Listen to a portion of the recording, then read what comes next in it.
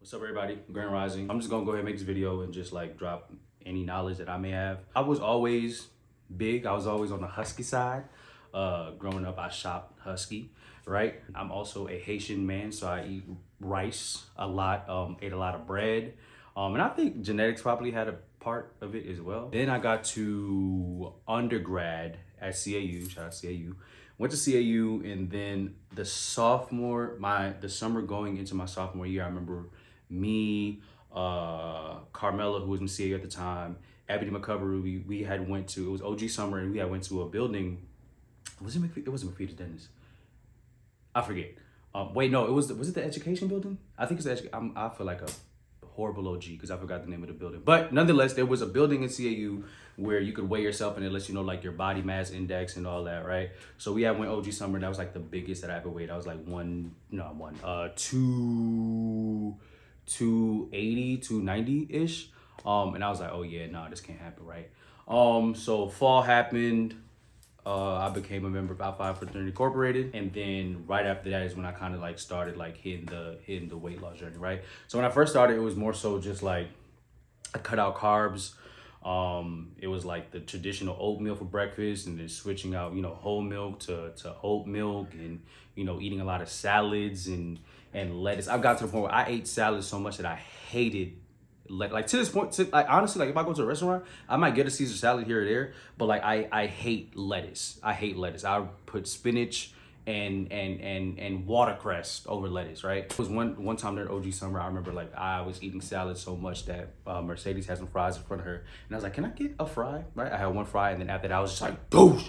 And I just scuffed the fries down because I felt like I was in a prison doing this whole diet thing, right? Like with eating habits, I was working out like every day, right? I was go to the stadium. I would like run the bleachers. I would run laps, or I would go to the gym and spend like mad long on the elliptical.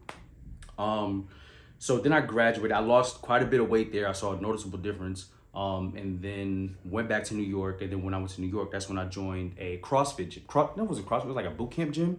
They had boot camp classes and strength classes, right? And that's where I kind of like really started like getting into the fitness lifestyle, because that's when I learned about counting your macros, right? And that's when I was incorporating weights into it, right? Because I wasn't athletic growing up. I wasn't the one to play football. I wasn't, like that just wasn't my ministry in life. Amen. That's where like I started seeing a lot of different results, right? So the one thing I would definitely recommend is if you could find like a gym that's CrossFit-esque. Could be CrossFit, or like it could be like a boot camp style gym. Like that makes a world of a difference. Why? Because you got to think about it. You're working in a community. It's a community of people working towards the same goal, right? So once you start going to gyms like that, like you'll make friends, you'll hold each other accountable, and it really becomes a whole lifestyle change, to be honest. Also learning how to count your macros, right? Me, I'm not good at math. That's another thing that's not my ministry. Amen. So if you could like just research a dietitian or somebody within your area to count your numbers for you, right? So really it's just like, it's really discipline. It all boils down to discipline. Like if you're working out, incorporate weights in your workout. Like running on a treadmill, doing the elliptical, doing the stairs is only gonna do but so much, right? Muscle weighs more than fat. Finding like the right gym, and finding somebody who can like help you with your macros. Dieting doesn't have to be hard. You know what I mean? Like you can make healthy alternative choices to your favorite foods. Like me, like for example, today I'm about to make a chopped cheese, right? I'm from New York, shout out to Brooklyn.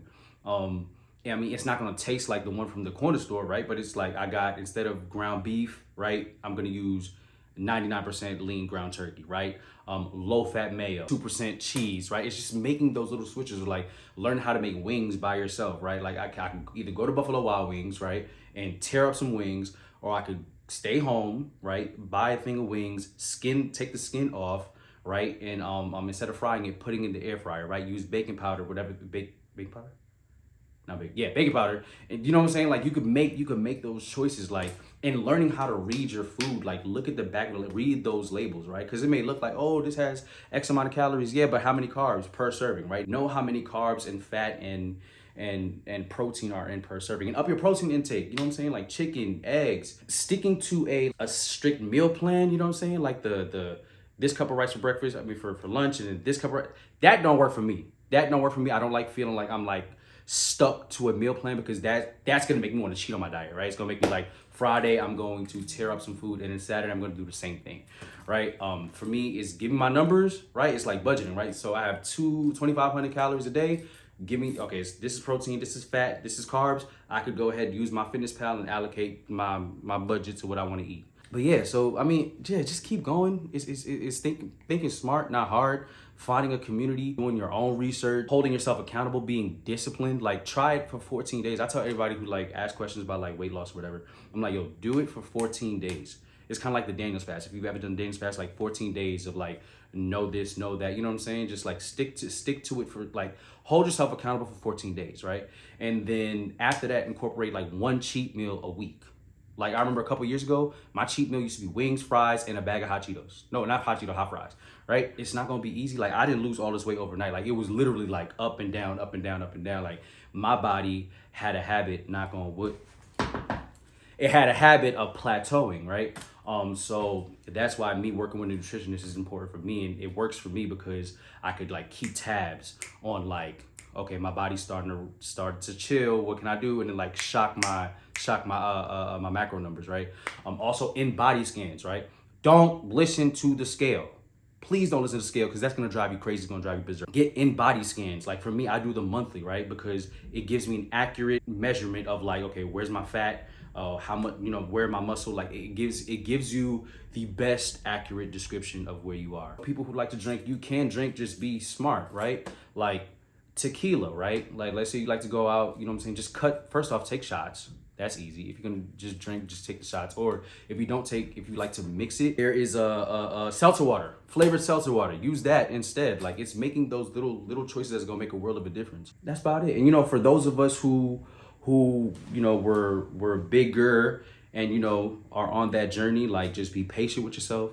It's not gonna be easy. And one thing that I learned is like, it's, you know, just because you lose the weight, it doesn't necessarily fix like all those problems, right?